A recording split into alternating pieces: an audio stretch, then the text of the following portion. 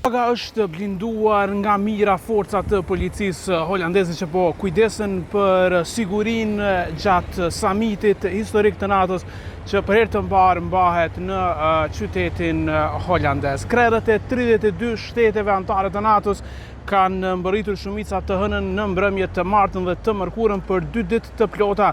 Do të ketë diskutime ndërmjet shefave të shteteve të NATO-s rreth strukturimit të kësaj organizate.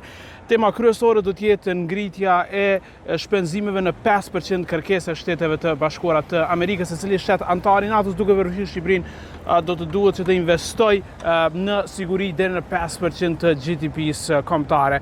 Tani përtej agjendës për ta mbajtur NATO-n si forcën relevante më të fuqishme në botë, një pjesë e madhe e diskutimeve këtu në Hagë natyrisht do të sillen rreth sulmit që Shtetet Bashkuara të Amerikës kanë kryer ndaj Iranit vetëm para 48 orëve. Presidenti Donald Trump pritet të mbërritë të martën në mëngjes, ka pak kënaqësi tek shtetet kryesore të NATO-s këtu në Evropë që ato nuk janë informuar për sulmin e Amerikës kundër Iranit.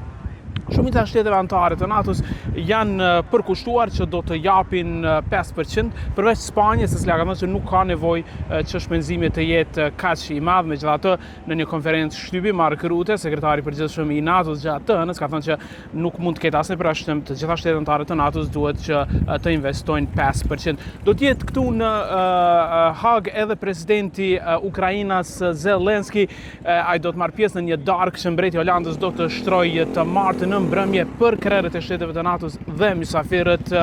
Kosova nuk është ftuar në këtë samit të NATO-s, ishte në një tjetër në Shtetet Bashkuara të Amerikës, por nuk ka përfaqësues të Kosovës. Janë ftuar shtetet e Indo-Pacifikut, do të ketë një takim të sekretarit të përgjithshëm të NATO-s, zotit Rutte, me Trumpin dhe shtetet e Indo-Pacifikut, por një samit i jashtëzakonshëm këtu në Hagë të Holandës.